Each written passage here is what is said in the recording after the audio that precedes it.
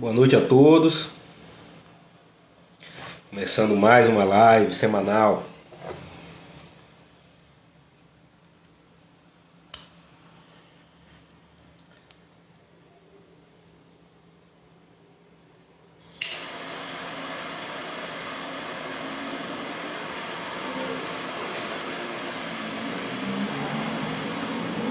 Muito boa noite para todo mundo.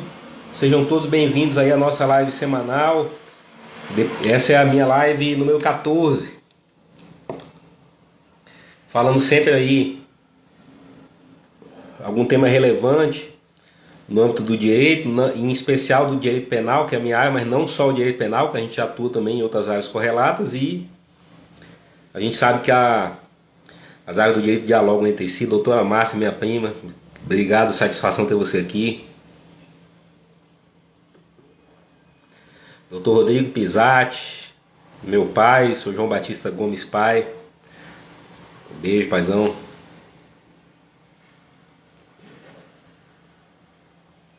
Doutor Paulo de Tarso, um dos grandes nomes do direito aplicado ao agronegócio, do direito agrofinanceiro, Carlos Contador, sejam todos bem-vindos aí.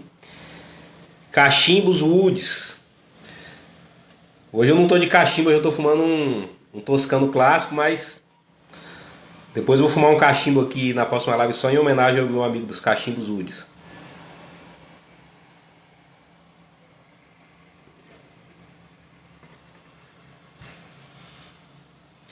Então, já tem gente entrando, pessoal, bastante a gente comentou sobre a live de hoje. E desde já eu começo aqui o nosso tema, que é um tema muito rico para mim, né? Que foi nascido, criado e sustentado pelo agronegócio, filho de um fazendeiro, de um produtor rural. E não só pelas letras, pelos livros, mas eu sei, vivi, cresci e conheço na pele as dores e as alegrias de ser um produtor rural. Principalmente ver como é que é a vida de um produtor rural num governo, debaixo do guarda-chuva de um governo igual ao governo do PT.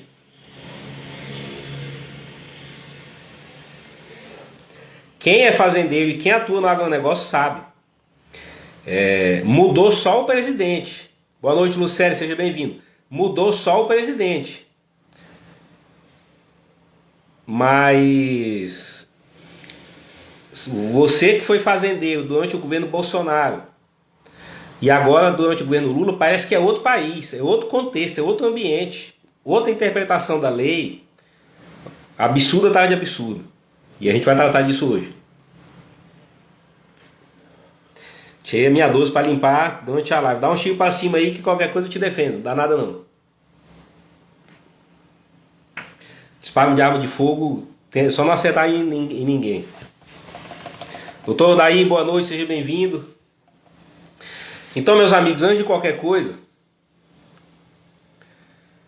qual que é o tema de hoje? A defesa da propriedade rural. Em caso de invasão de terra, se a propriedade for efetivamente invadida, ou em caso de turbação ou esbulho ali, né, ameaça de invasão na sua propriedade. O MST ganhou muita força na época do governo FHC. Foi muito difícil para quem era fazendeiro, produtor rural. O pessoal lidou muito com questão de invasão de terra na época do governo FHC. Isso continuou no governo Lula. Talvez um pouco menos. O Lula, ele teve uma esperteza, uma velhacaria, que até foi boa para o país. Que no primeiro mandato do governo Lula, o Lula ele vestiu uma roupa um pouco mais ao centro, né? Adotou até algumas pautas ali que seria um Lula mais à direita, um Lula moderado, um presidente do Banco Central alinhado com o mercado, uma pessoa que tinha juízo. E me parece que, apesar da corrupção, em outras perspectivas, o primeiro mandato do governo Lula ainda teve algum juízo, porque ele precisava se estabelecer, né?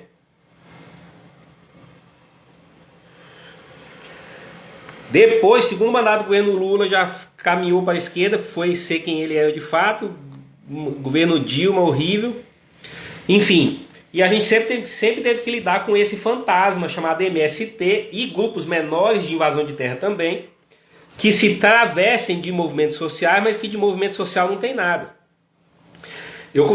Esses dias eu estava conversando com uma amiga minha, uma médica veterinária, formada aqui na USP, e aí eu contando a história das invasões, como é que é a realidade da invasão, mostrei um monte de foto da invasão, por exemplo, da Fazenda Fortaleza, que a gente conseguiu uma reintegração de posse recente.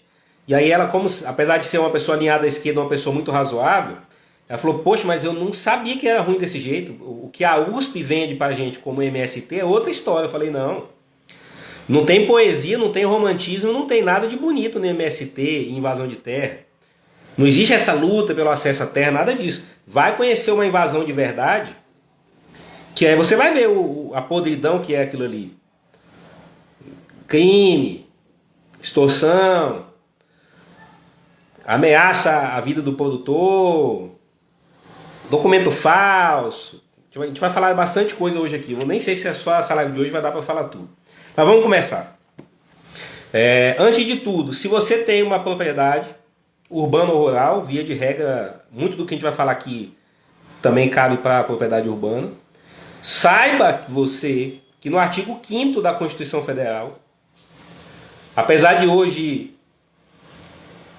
existir um afinamento entre judiciário e executivo, querendo fazer uma releitura da nação como se a gente fosse um país socialista, lá no artigo 5º da Constituição, fala ali, ó, todos são iguais perante a lei, sem distinção de qualquer natureza e tal, garantindo-se aos brasileiros e aos estrangeiros residentes no país a inviolabilidade do direito a... Aí começa, quais são os direitos básicos e fundamentais do artigo 5º? Direito à vida, liberdade, igualdade, segurança e propriedade. Então, o direito à propriedade, se você é dono de alguma coisa, isso está previsto no artigo 5º da Constituição Caput. Olha os direitos mais caros, de acordo com a leitura do próprio Constituinte: vida, liberdade, igualdade, segurança e propriedade. E não é à toa que segurança está junto com a propriedade. Então o direito à propriedade é um direito fundamental. Sendo um direito fundamental, o Estado tem um dever de zelar pela proteção da sua propriedade. Obviamente, né, desde que legítima. Aí lá no inciso 22, está falando o quê? É garantido o direito à propriedade. Beleza.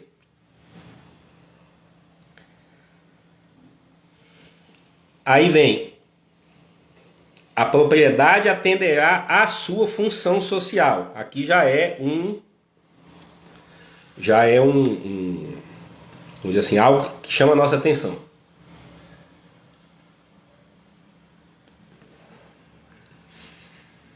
A gente sabe que nenhum direito é absoluto, tá? Alguma autoridade falou essa semana que nenhum direito à vida é absoluto, e teve muita gente na internet criticando o cara. Como assim dizer que nenhum direito à vida é absoluto? Olha, de fato, se você for fazer estudo dos direitos fundamentais, nenhum direito é absoluto, nem mesmo o direito à vida, tá? O direito à vida não é absoluto. Por exemplo, quando a gente fala em legítima defesa, se você tem uma vida, um confronto com outra vida e só uma das duas vai poder ser salva, eventualmente vai ser reconhecida a possibilidade de tirar uma vida. Então, absoluto, nenhum direito é. Então, o que é que eventualmente pode relativizar o direito à propriedade? O conceito de função social, tá? O conceito de função social. Então, basicamente, a ideia é que você não tenha uma propriedade ociosa. Obrigado, paizão. Te amo.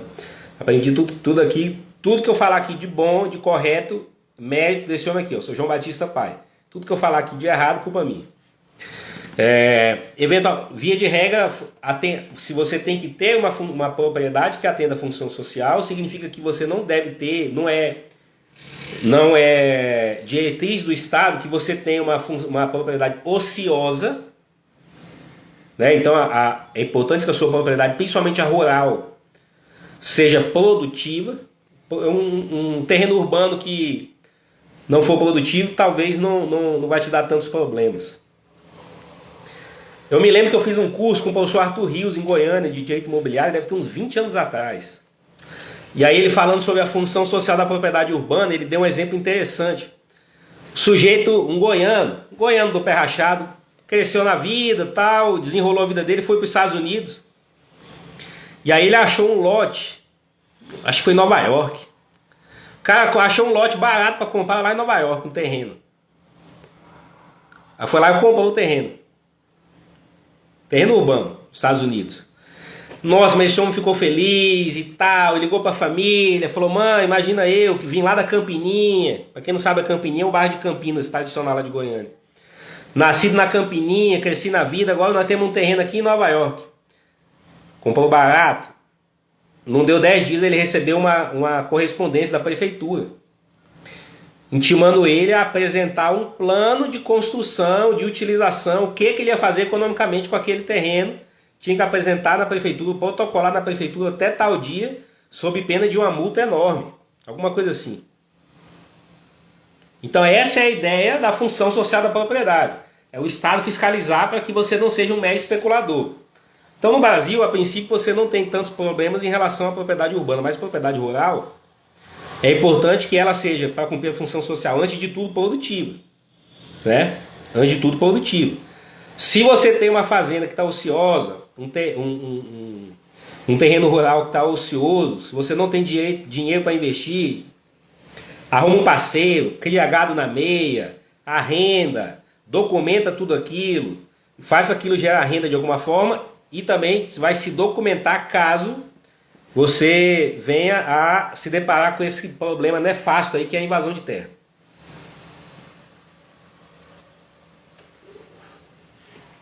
Mas se por acaso, além de ser produtiva, para cumprir a função social da propriedade, você tem que respeitar a legislação, né? Ambiental, trabalhista, enfim. Você não pode cometer crime, nem ilícitos administrativos ou civis ali na tua propriedade.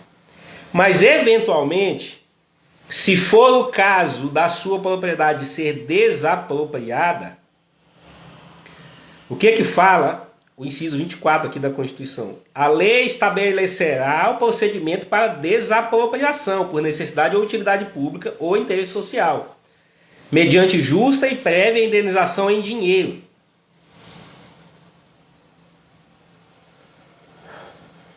Então, desde sempre, existem programas, existe um ministério para isso, existe o INCRA, existem órgãos estaduais, existem programas governamentais dentro da lei,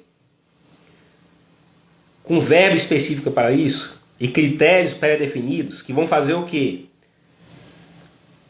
Desapropriar uma propriedade dentro da lei, pagar. Então o Estado ele vai acabar comprando uma propriedade para destinar aquela propriedade à reforma agrária, se for o caso. Então existe uma legislação, existe uma história de desapropriação no Brasil, existem normas para isso, existe uma previsão, inclusive constitucional, de que a desapropriação, se ela for feita por necessidade ou utilidade pública ou por interesse social, ela será feita mediante justa e prévia indenização em dinheiro. O que não existe, e é um absurdo. A Constituição é de 88, a gente está no final de 2024. A gente ainda precisa repetir o óbvio. Não existe hipótese legal de invasão de propriedade no Brasil. Não existe nenhuma justificativa, nem social, nem moral, nem econômica, nem jurídica, que chegue perto de justificar a desgraça que é uma invasão de propriedade. Invadir uma propriedade é uma prática medieval. Medieval. Se você assiste o seriado lá dos Vikings, você vê o que os Vikings fazem. O que o Viking fazia de chegar, invadindo uma propriedade, usurpando o que é dos outros, falou, ó, quem estava aqui pode ir embora, se não for embora nós vamos pisar na cabeça de todo mundo, vamos sangrar todo mundo, que eu sou o mais brabo aqui e agora quem manda aqui sou eu. Isso é invasão de propriedade. Invasão de propriedade é uma prática medieval. É uma coisa bizarra. E não tem hipótese legal para isso no Brasil. Não existe previsão legal para isso. E isso é algo que já deveria ter acabado. Quando veio o governo Bolsonaro, se você tiver dúvida, pode pesquisar os números. O governo Bolsonaro praticamente zerou invasão de propriedade no Brasil. Sem terra nem se metia besta. Porque sabia que tinha uma presença forte do Estado e uma diretriz governamental no sentido de resguardar a propriedade.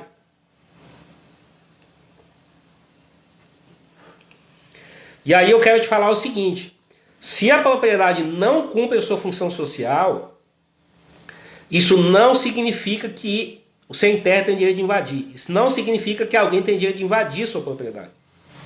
Se a propriedade não cumpre sua função social, é o Estado, que muito excepcionalmente, hoje o Estado nem tem dinheiro para isso, o Estado, se for o caso, vou falar de uma forma bem grosseira, porque a legislação é muito mais elaborada do que isso, se o Estado quiser, ele compra aquela propriedade, paga, e aí ele destina para a função social, destina para a reforma agrária. Nada justifica a invasão. Então é importante que o produtor entenda isso. Se a sua fazenda não tem nenhuma cabeça de gado, se a sua fazenda não tem nenhuma árvore plantada, se não tem nenhuma lavoura, se a sua terra está 100% ociosa, isso não significa que você vai perdê-la. Isso não significa que alguém tem o direito de invadir. E se alguém invadir, você pode sim pleitear a reintegração de posse. Você pode defender a sua propriedade. Você pode fazer a legítima defesa da propriedade. Cuidado, não entra nessa confusão. O não cumprimento da função social não permite de per si que alguém chegue e invada sua terra.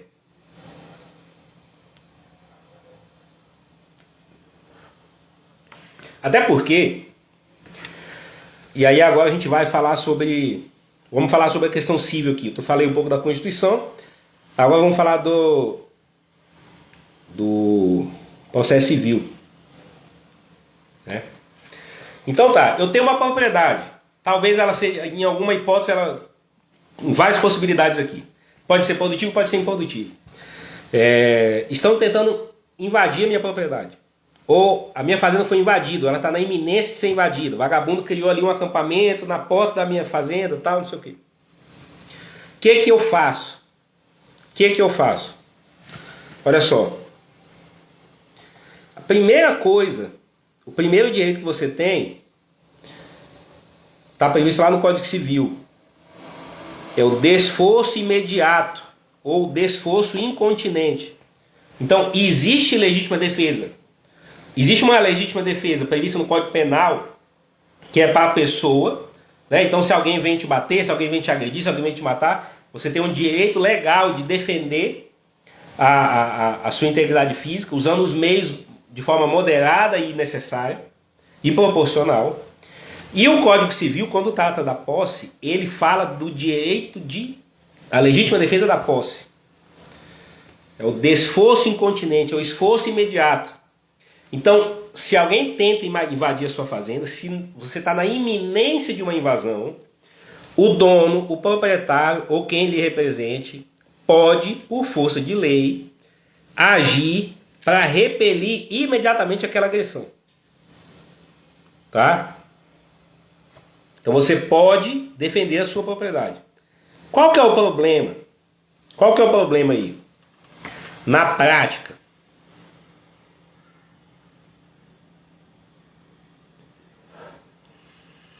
primeiro que quem produz não quer entrar em conflito com o invasor. Fazendeiro, produtor rural, dono de terra, você não quer entrar em conflito. Você não quer entrar em confronto. Segundo, efeito surpresa. Normalmente quem vai invadir não avisa de imediato ali que vai invadir. Eu vou falar daqui a pouco um pouco dessa parte mais operacional, mas em algumas situações até você vai saber de antemão que estão tentando invadir, mas você não consegue saber o dia exato, a hora exata, é muito difícil. Dia exato, a hora exata. quantas pessoas vão, se tem arma de fogo, se não tem, se vai morrer gente, é muito complicado. Além do mais, o uso legítimo da força, via de regra, ele é da polícia. E não do cidadão. Então a gente fica numa situação muito... Você fica muito vulnerável, o dono da propriedade. Mas, em tese, ele pode tentar, de forma proporcional, ou seja, sem excesso e sem exagero, para poder evitar, no momento, evitar que aquela invasão se instale, evitar que aquele pessoal chegue, já monta barraca, já leva criança, já leva idoso, já chama a imprensa e já vai virando uma vila ali muito rapidamente, para evitar isso. Então, eu estou falando aqui para você, se a tua propriedade estiver na iminência de uma invasão, se você encontrar uma invasão acontecendo, que acabou de acontecer, o que está acabando de acontecer, você pode, por sua conta e risco. Aí é evidente que o risco é de cada um. Você pode agir, chama teus funcionários, faz um barulho lá, bate boca com o peão, faz o que tiver que fazer. Sem excesso, sem exagero, sem matar gente sem necessidade, sem fazer loucura. Faça aquilo que você conseguir. O que eu sugiro para os meus clientes? Faça e fale tudo aquilo que você vai conseguir sustentar em qualquer instância depois. Tá? Cuidado para não fazer coisas que depois você não consegue responder. Senão vem a punição. E aí, nesse caso, depois que o abençoado do Lula tomou posse, e aí já começou aquele bafafá de invasão de terra, o MST já ficou todo com as asinhas de fora, surgiram duas iniciativas muito interessantes, tem outras, mas eu quero falar de duas. Fernando, daqui a pouco já vou te responder. No Brasil nós temos duas iniciativas interessantes que tentam robustecer a situação, a situação do dono da fazenda. Primeiro, os produtores rurais organizaram um movimento chamado Invasão Zero. O que foi o movimento Invasão Zero?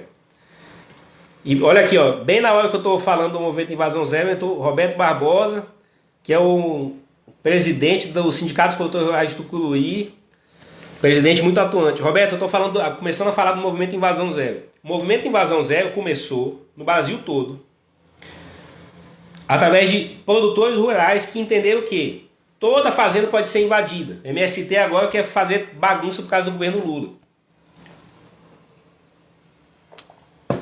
Com um grupo de WhatsApp, que a informação corre muito rápido, o que os fazendeiros começaram a se organizar? Se uma fazenda for invadida, todos os fazendeiros daquela região vão para lá se posicionar e impedir a invasão de se estabelecer.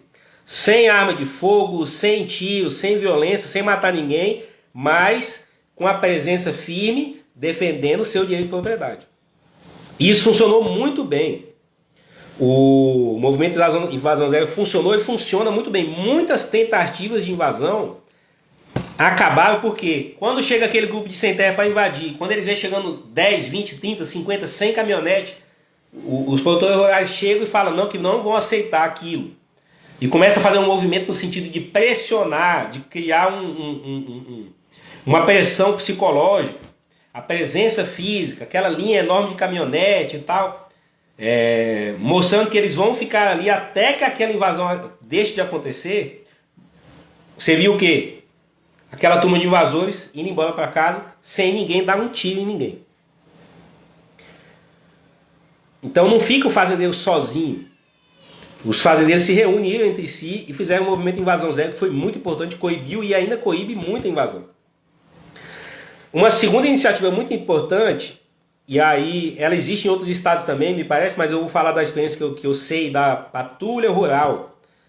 O que é a patrulha rural? São destacamentos da polícia militar que que são treinados, preparados e ficam trabalhando especificamente em fazer o policiamento ostensivo e preventivo na zona rural. Então eu quero deixar um elogio aqui para o Roberto Barbosa, que é o presidente do Sindicato dos Produtores Rurais do Tucuruí, que é um parceiro da Patrulha Rural, E deixar um elogio para o comandante da Patrulha Rural de Tucuruí e para toda a equipe. Que é uma que eu tenho acompanhado, eu faço parte inclusive do grupo de WhatsApp aí do sindicato, a gente monitora isso.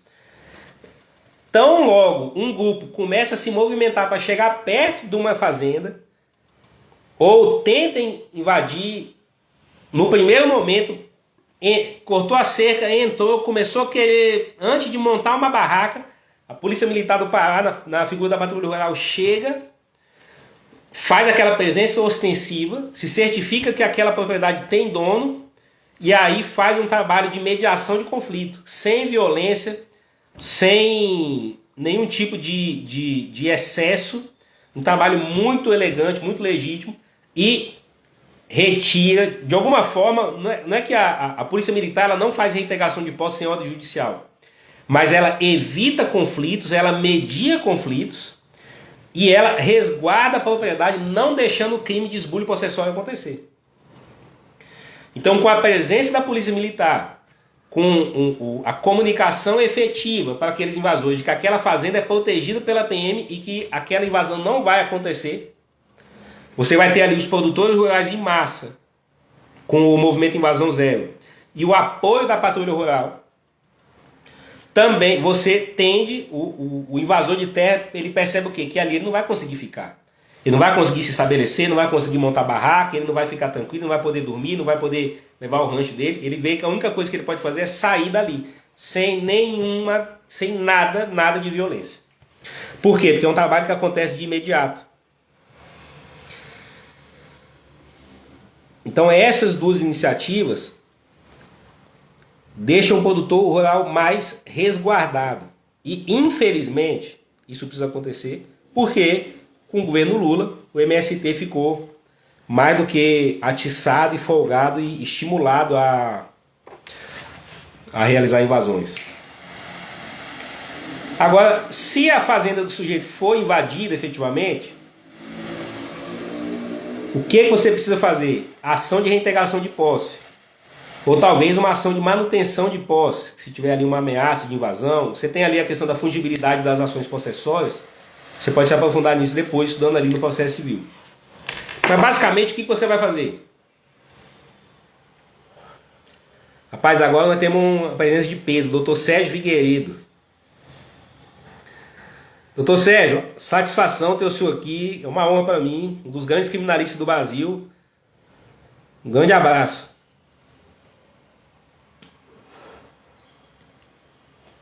Então, não consegui, imagine que em algum momento a patrulha não deu certo e a sua fazenda foi invadida.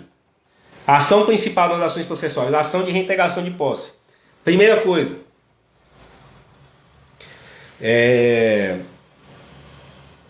quanto mais a sua fazenda estiver organizada, documentada, documentação sobre posse, sobre a propriedade, aí você tem um monte de cadastros, CCIR, K, que é o Cadastro Ambiental Rural,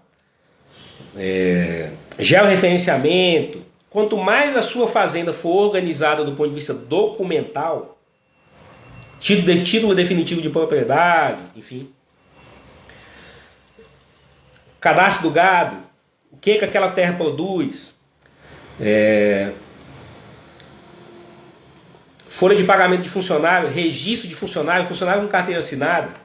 Isso é a primeira observação que eu quero fazer. Quanto mais a sua fazenda for organizada, mais fácil é você instruir a tua ação de reintegração de posse. Doutor Sérgio, esse convite aqui eu não nego. Tá? Quando eu acabar essa live, já vou te mandar um direct. A gente alinha a nossa agenda, vamos fazer uma live junto, vai ser uma satisfação para mim. Esse convite aqui eu não nego nunca. Hoje mesmo, daqui a pouco eu te mando um direct. Vamos fazer essa live, vai ser uma satisfação. Vou fazer uma live mandando um charuto especial pro Dr. Sérgio.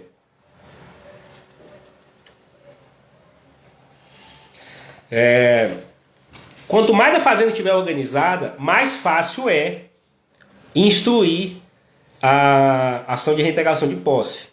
Porém, fica aqui o registro. Se você só tem a posse, não tem propriedade, não tem problema. Porque quando a gente fala de ação de reintegração de posse, a proteção é exatamente da posse. Você vai demonstrar para o juiz de alguma forma, ainda que seja com testemunha, que você é o detentor daquela posse. E que aquela posse foi aviltada pelo invasor. Se você não tem CCIR, se não tem georreferenciamento, se a sua área está embargada pelo IBAMA, seja qual for a mazela, a dificuldade que você tenha do ponto de vista burocrático, isso talvez dificulte você conseguir uma liminar. Talvez você tenha que, você não vai ter uma prova pré-constituída documentada. Talvez você tenha que demonstrar a tua narrativa na audiência de instrução e julgamento. Mas nada disso impede a ação de reintegração de posse. E nada disso justifica uma invasão de terra, que é uma prática medieval. Certo? Outra coisa, ainda que a posse seja velha, a invasão tenha mais de ano e dia, você continua tendo direito de reintegração de posse. Talvez seja um pouco mais difícil. Talvez você precise de um advogado um pouco mais preparado para manejar isso, mas é importante que você entre com a ação. Tá. Outra coisa interessante.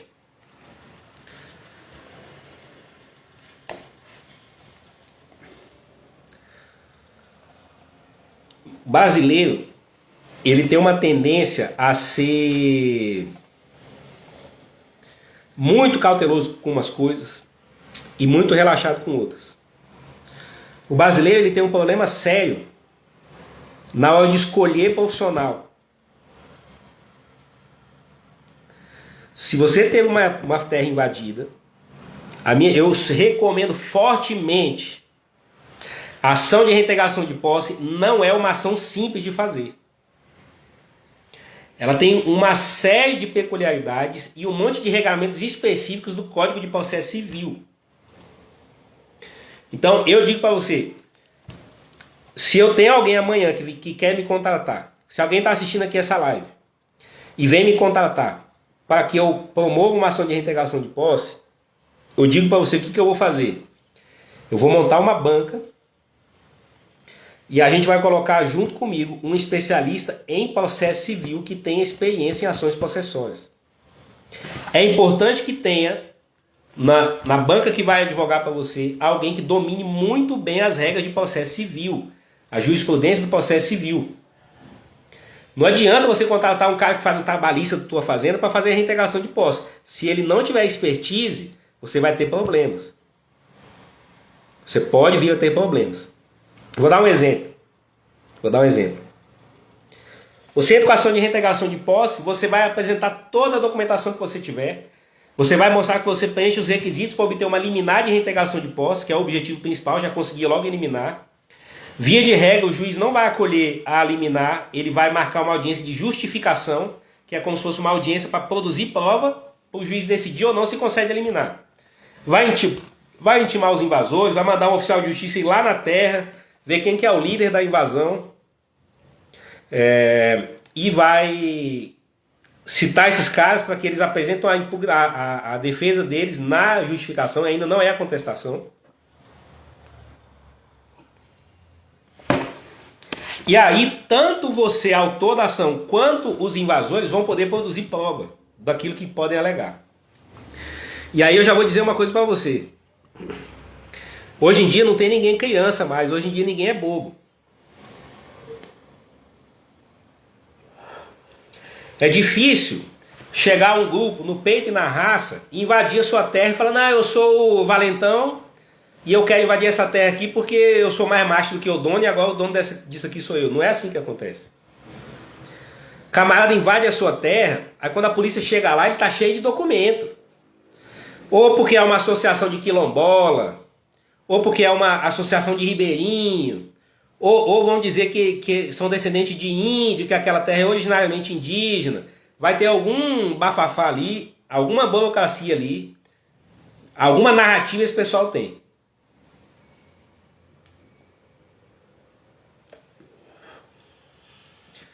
Existe uma história das fazendas que ficam à beira do Rio Federal, como as fazendas que ficam à beira do Rio Tocantins, do camarada chegar e falar que ele é ribeirinho e que ele quer dominar a beira do rio porque ele tem um registro lá na Secretaria do Patrimônio da União. Eu acompanhei uma reintegração de posse em que chegou um grupo pela beira do rio, falando, não, a gente é ribeirinho, a gente tinha associação com ata, com presidente, vice-presidente, CNPJ, deputado dando apoio, os caramba. Falou, não, isso aqui nós não somos um grupo querendo invadir terra, não. Quem invadiu essa beira do rio foi o fazendeiro. Nós somos Nós somos ribeirinhos. Aí eles protocolam alguma coisa na Secretaria do Patrimônio da União, e aí vamos dizer que é uma questão de beira do rio, uma discussão sobre associação de ribeirinho.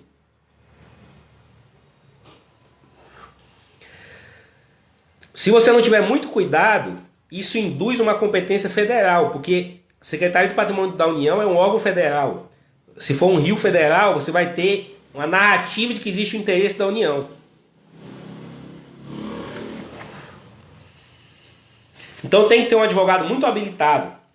No caso dessa reintegração de posse que eu estou mencionando aqui, a fazenda ela era toda titulada pelo INCRA. O INCRA foi lá, in loco, fez todo o polígono da propriedade, da área invadida, e o INCRA fez um mapa, uma perícia mesmo, demonstrando que a invasão não era na beira do rio, que a invasão estava dentro de uma área de propriedade particular titulada pelo INCRA.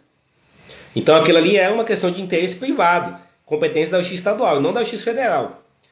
E então a ideia de que é uma população ribeirinha é só uma narrativa para invadir, na verdade, uma propriedade particular. E tudo é competência da Justiça Estadual. Aí nós tivemos que diligenciar junto à Secretaria do Patrimônio da União. A Secretaria do Patrimônio da União negou o pedido da associação. A negativa, a improcedência desse pedido foi importante para a reintegração de posse, porque afasta completamente o interesse federal, afasta completamente a narrativa de pleito daquele pessoal. Então é tudo muito difícil, é tudo muito burocrático. Não é uma ação simples. É importante que tenha um advogado que domine o processo civil.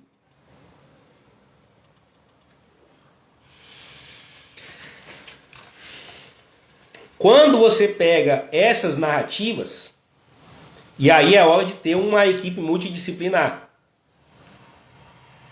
Se essas narrativas de que é quilombola, de que é grupo de remanescente indígena, de que é ribeirinho, se essas narrativas são falsas, e se você tem informação falsa em ata, em documento protocolado, em órgão público, na própria contestação de ação de reintegração de posse, você já consegue também tipificar essas condutas do ponto de vista criminal. E aí a minha expertise.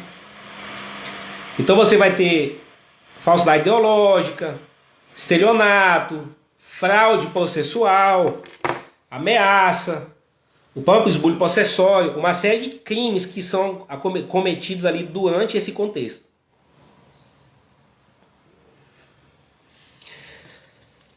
É importante se preparar, porque é rotina desses grupos de invasores ficar indo na delegacia falar que o dono da terra está batendo neles, está mandando gente, está mandando capanga. Eles ficam todo dia fazendo uma fofoca e colocando você na defensiva e fazendo o que a gente chama de falsa comunicação de crime ou mesmo denunciação caluniosa.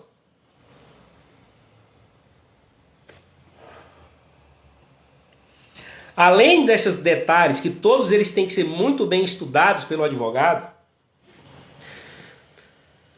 existe uma questão, surgiu uma outra questão que é a DPF 828.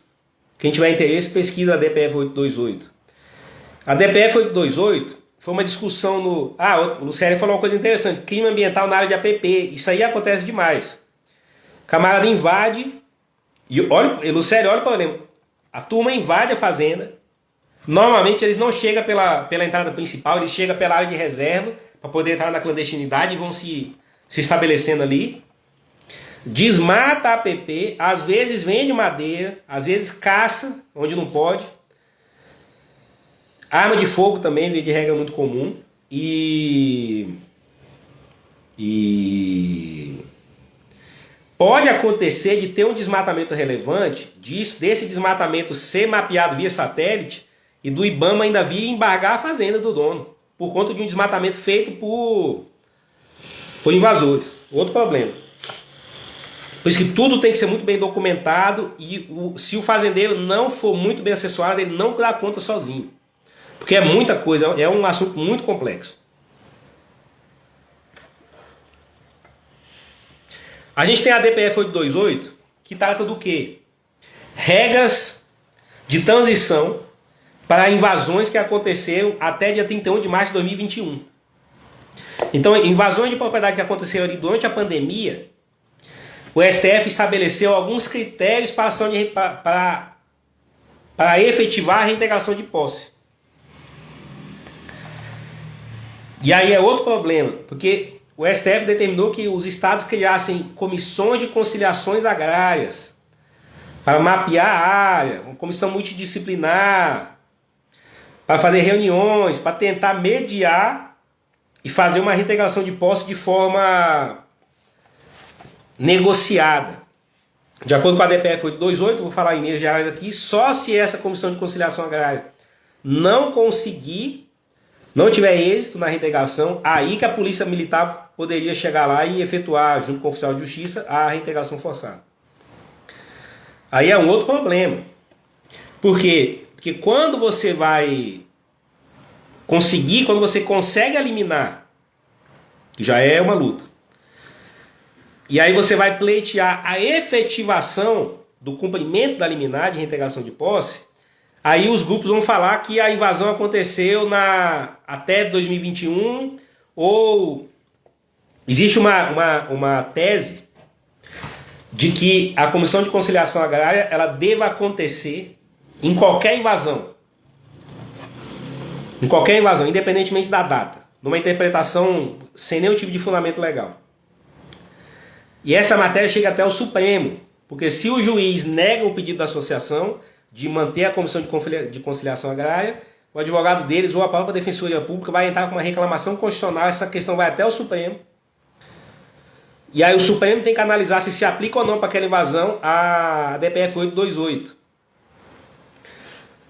E aí, eventualmente você vai achar um ministro do Supremo mais à esquerda que pode suspender a reintegração de posse numa interpretação mais larga, no sentido de aplicar a DPF 828 mesmo para a invasão que aconteceu depois de março de 21. E aí você não consegue cumprir a reintegração de posse até que se monte a Comissão de Conciliação Agrária, que eles agendem uma visita na sua fazenda. Aí é desespero. Aí o produtor rural entra em desespero. Vai ter a reintegração de posse? Vai, mas vai ficar talvez 1 ano, 2 anos ali ainda naquela luta. Então, o seu advogado tem que estar preparado para ir até o Supremo Tribunal Federal defender o seu lado, entender esses fundamentos, entender essas jurisprudências. Teve uma decisão recente que aconteceu o quê? Isso, o relator foi o ministro Zanin. O juiz determinou que aquela invasão de terra ficasse, que uma comissão de conciliação agrária coordenada ali pelo Tribunal de Justiça do Estado X procedesse com as tentativas de mediação antes de executar a ação de reintegração, a liminar de reintegração de posse. Aí os advogados recorreram, chegaram até o Supremo falando o quê? Que não, que a ideia a obrigação de montar uma comissão de conciliação agrária, de mediação de conflitos agrários, enfim, por força do DPF 828, se aplicavam apenas para as invasões que aconteceram até dia 31 de março de 2021. Se a invasão aconteceu depois dessa data, a partir de abril de 21, já não tem essa obrigação. Tem que seguir a regra do Código de Processo Civil. E cumprir a reintegração de posse. Tira o invasor de lá. Aí o que o ministro Zanin decidiu? Para desespero do produtor rural. Ele falou que, de fato, a incidência da DPF 828 é só para a invasão que aconteceu até março de 2021. Porém, ele entendeu que se o juiz entender por bem, o juiz da vara agrária, ele pode, se quiser, determinar a qualquer tempo a conciliação através da Comissão de Conciliação Agrária. E aí coloca o fazendeiro em desespero. Obviamente que essa decisão tem que haver um recurso interno dentro do Supremo, que foi uma decisão monocrática, né? Mas enfim, você vai precisar de um advogado preparado para atuar, inclusive, nos tribunais superiores, inclusive em reclamação constitucional no STF. Então, se você tem um advogado que cuida do trabalhista da tua fazenda, se você tem um advogado que você gosta dele, que você é amigo dele, tal, não coloca um advogado que não tenha essa expertise para mexer com a reintegração de posse. Contrata alguém que domina. A minha sugestão é o seguinte: você até pode colocar um advogado da tua confiança na banca.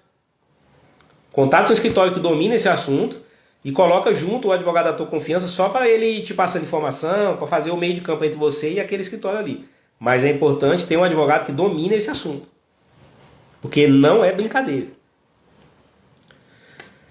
Feito tudo isso, você vai conseguir ali a liminar, vai ser feita a reintegração de posse, a polícia vai lá junto com o oficial de justiça, tira aquelas pessoas, devolve a posse para você, vai fazer um termo de missão na posse, você assina e retoma a posse da tua fazenda. Mas aí a ação continua, vai ter audiência de instrução e julgamento até o final para vir uma sentença. Mas via de regra, a natureza da ação de reintegração de posse, se tiver tudo ok dentro da tua documentação, o principal da instrução vai acontecer na petição inicial e na audiência de justificação, até conseguir eliminar. O resto a tendência é, a não ser que tenha algum fato novo, são meros atos de repetição ali até chegar na sentença. Então, sobre reintegração de posse, sobre o contexto, basicamente é isso. Agora a gente pode falar um pouco das questões criminais. Infelizmente, os órgãos, o direito penal hoje, ele deixa o fazendeiro muito desguarnecido. O pessoal sempre me pergunta, esse charutinho aqui que eu fumo é o Toscano Clássico. Ele é um charutinho mais fino, ele é um charuto, mas ele parece quase uma cigarrilha, um purito. Um charutinho menor que é o que eu mais gosto.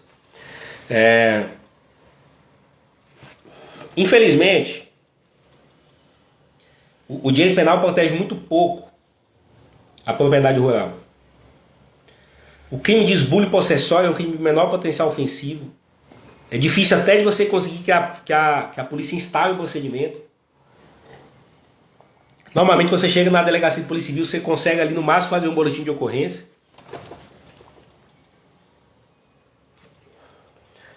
Apesar de que se você insistir, você consegue, seja lavado um TCO. Normalmente você tem delegacias especializadas. E aí tem um problema quando a gente fala de polícia civil. A polícia militar tem atuado muito bem. As polícias militares estaduais têm atuado muito bem e dando toda a proteção para o proprietário rural. Mas as polícias civis, o que acontece? O efetivo é menor. E normalmente esse assunto fica adstrito às delegacias especializadas. Lá no Pará, por exemplo, você tem delegacia de conflitos agrários, você tem a delegacia de meio ambiente, e você vai ter uma delegacia com uma equipe pequena para cobrir uma área muito grande sobre a sua tutela, sobre a sua circunscrição. Então você tem muita dificuldade, não por má fé, nem por má vontade da polícia civil, não. A delegacia trabalha dia, noite, madrugada, mas é muito difícil para a polícia civil conseguir dar conta de tanto serviço em relação a conflito agrário.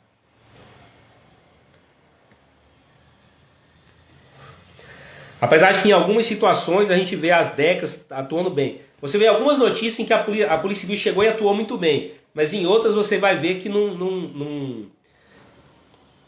a invasão se estabeleceu e a Polícia Civil não conseguiu pegar ninguém em flagrante. Então fica um assunto mais... A Polícia Civil até vai deixar mais aquele assunto para talvez lá no TCO, instale alguma coisa. Mas aí a questão já vai ficar muito para a vara civil de reintegração de posse mesmo. O que acontece? Você invadir propriedade é crime, é um crime de menor potencial ofensivo, crime de esbulho possessório. Você vai no máximo registrar ali, lavar um TCO. Mas o que eu sugiro? O que eu sugiro? Ter um advogado criminalista junto, alguém que entenda do criminal para te acompanhar. Por quê? Porque no contexto das invasões, O métier, o modus operandi desses grupos que invadem propriedade, se você se aprofundar, se você prestar atenção, você vai conseguir achar, tal via de regra você acha ali documento falso, atas, associações, narrativas, principalmente quando eles querem falar que são descendentes de quilombola, ou quando são descendentes de ribeirinho, ou quando é descendente de índio. Você pode procurar se eles não estão forçando a barra nas narrativas e acabando fazendo declarações falsas. Vou dar um exemplo aqui. Eu tenho ali uma associação de ribeirinho. E aí os caras montam uma associação, eles falam que não tem onde morar, que eles são população ribeirinha, população nativa ali da beira do rio, e que eles ocuparam, eles não chamam de invasão, eles gostam de falar ocupação. Até no português esse pessoal é malandro. E eles falam que eles querem pegar aquela beira do rio ali, porque ali é a subsistência deles, eles não têm onde morar, são vulneráveis. Tá bom? Pega a ata dessa associação e faz uma investigação social pelo CPF de um por um. Eu peguei uma dessa, por exemplo. O presidente da associação, ele já tinha invadido uma área. Ele era dono de alguns lotes numa área. Ele chegou a entrar com ação de indenização contra a usina hidrelétrica lá, porque os lotes dos quais ele era dono tinham sido alagados por conta de uma enchente. Então eu tinha documento de que aquele sujeito já era dono de outras propriedades e tem uma casa na cidade. Ele tem uma casa no município. Então o camarada tem uma casa na cidade e tem uma ação em que ele declara que ele é dono de propriedade rural. Ele é dono de lote na beira do rio de um outro assentamento. Então como é que naquela ata de associação ele está dizendo que não tem onde morar? Aquilo você já começa a achar o crime de falso. Já começa a achar falsidade ideológica. Se ele protocolou essa declaração em juízo, pode pensar até no crime de fraude processual, está tentando induzir o juiz em erro. O vice-presidente dessa associação, aí sim, doutor Silmar de Oliveira Lopes. Satisfação você aqui comigo, meu compadre.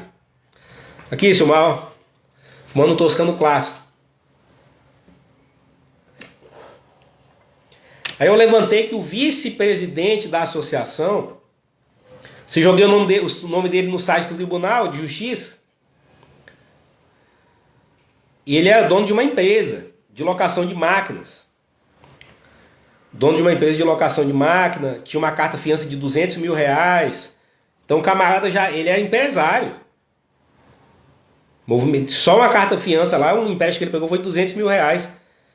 E aí ele consta como ribeirinho. Querendo dizer para o juiz que ele não tem nem onde morar. E aí tem outro crime. O que aconteceu? Tem invasão que o camarada invade, o grupo invade, loteia, ele já divide os lotes. No outro dia você já vai ter invasor na cidade vendendo lote. Você quer comprar um lote lá naquela invasão? 10 mil, 12 mil, 15 mil. Aí você tem um outro crime que está previsto na lei que regulamenta o loteamento, que é a realizar loteamento irregular. É um crime e a vítima do crime, inclusive, é a municipalidade, além do dono da terra. Então, se você fizer essas diligências, dentro da lei, claro, sem cometer nenhum crime, sem invadir a privacidade de ninguém. O doutor Silmar está falando lei 6766, exato.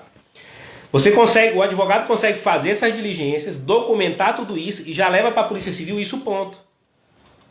Já entrega para o delegado uma investigação já bem adiantada. E aí você pode aumenta a sua chance de ter êxito e de desconstruir as narrativas aí dos invasores. Doutor Wesley, nosso parceiro, grande professor, grande advogado também. Então, na perspectiva criminal, é importante fazer essa luta. Fazer o levantamento, fazer um pente fino em tudo que está acontecendo ali. Verifica se não tem notícia. Às vezes pode ter gente andando com arma de fogo na tua fazenda, na invasão. Coloca alguém lá para tirar foto, documentar aquilo. Que a arma de fogo, inclusive, sendo um crime permanente, permite a prisão em flagrante. Se a polícia chega lá na hora e encontra alguém com arma de fogo, prende em flagrante. Isso as DECAS, as delegacias de conflito agrário, fazem muito bem. A primeira coisa que eles fazem é chegar e levantar se tem arma de fogo. Se tem gente com droga nas mochilas, no bolso, enfim. Você acha um usuário lá, já a altura também. E também, uma última que eu vi, pode acontecer do camarada invadir, faz aquele acampamento e puxa o fio de energia. Faz um gato na energia elétrica, se tem instalação elétrica perto, se tem a rede elétrica perto, que é o crime também de furto de energia elétrica. Então tem uma série de crimes que podem eventualmente ser cometidos ali. Se você tiver o olho vivo, você consegue localizar, documentar e entregar aquilo ali tudo mais ou menos mastigado para a polícia. Então basicamente é isso. Em 1 hora aqui de live, fiz um resumo do que você precisa saber sobre invasão de propriedade, resguardar sua propriedade, ação de reintegração de posse. O que eu recomendo se você é fazendeiro? Regulariza ao máximo sua propriedade. Cadastro Ambiental Rural, CCIR, georreferenciamento. Vê se o seu georreferenciamento já está homologado ali, já está averbado na matrícula do imóvel. Se não tiver, organiza isso. Quanto mais organizado você estiver, menos serviço você vai ter, menos dor de cabeça você vai ter para pleitear a proteção da tua terra. O que não quer agora, se você não tiver essa organização, talvez você não tenha nem documento de propriedade, você tenha só a posse, nada impede a ação possessória. Só que você vai ter que fazer outro tipo de prova durante a ação. Mas você tem o direito de ter a tutela, a proteção da propriedade e também da posse. Certo? E aí eu finalizo essa live com uma frase que eu gosto muito. Não é minha. Eu não sei exatamente quem que é o autor dessa frase. Quem souber me avisa aqui depois. Mas tem uma frase que fala assim, ó. Ainda que acabe todo o direito de propriedade, ainda que não exista mais direito de propriedade, ainda que sejam derrubadas todas as cercas do mundo, ainda assim, no outro dia de manhã, cada cachorro vai levantar, vai acordar e vai latir defendendo o seu próprio terreno. Então, esse é o papel de quem é dono legítimo de uma terra. Ser um pitbull, ser esse cachorro que vai acordar todo dia de manhã para latir e defender o seu próprio terreno, o local onde você mora, o local onde você trabalha, o local que você herdou dos seus ancestrais, o local da onde você tinha o sustento da tua família. Feitas essas considerações, finalzinho aqui do meu charutinho.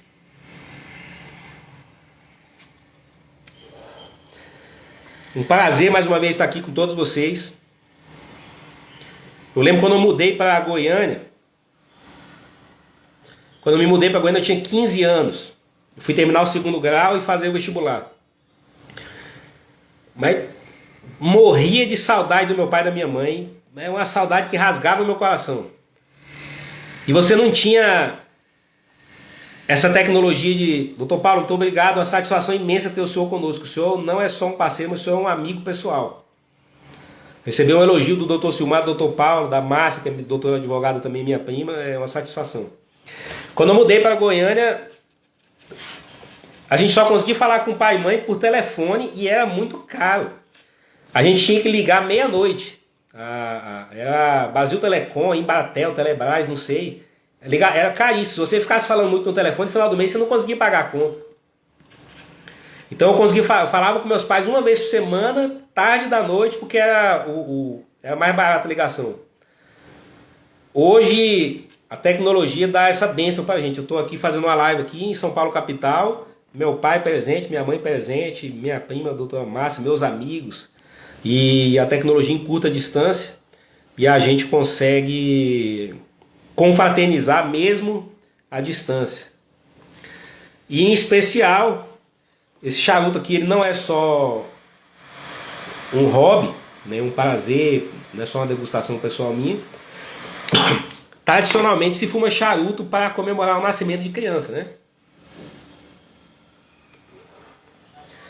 E eu deixo registrado aqui que nasceu o 5º e o 6º neto do meu pai e da minha mãe, meus 2 sobrinhos, Davi, filho da Vanessa, Leonor, filho do Rodrigo, Davi, filho da Vanessa e do Diogo, Leonor, filho do Rodrigo e da Natália.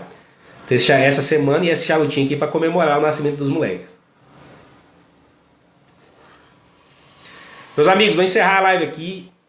Quem gostou, me siga no Instagram, curta, compartilha.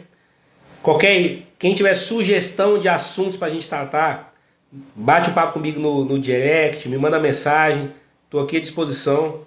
Isso aqui, mais do que uma divulgação do nosso trabalho, é uma comunidade que a gente cria de pessoas que tem aquele princípio do idem vele, idem nole. Aprendi com Olavo de Carvalho, definição do professor Luiz Lavelli. Amigos são aqueles que amam as mesmas coisas e odeiam as mesmas coisas. Então, se a gente tem essas ideias em comum, a gente forma uma grande comunidade de amigos. Paulinho, um abraço. Lucélio, obrigado. Márcio, um beijo. Um abraço para todo mundo. Beijo, meu paizão. Te amo. E até a próxima.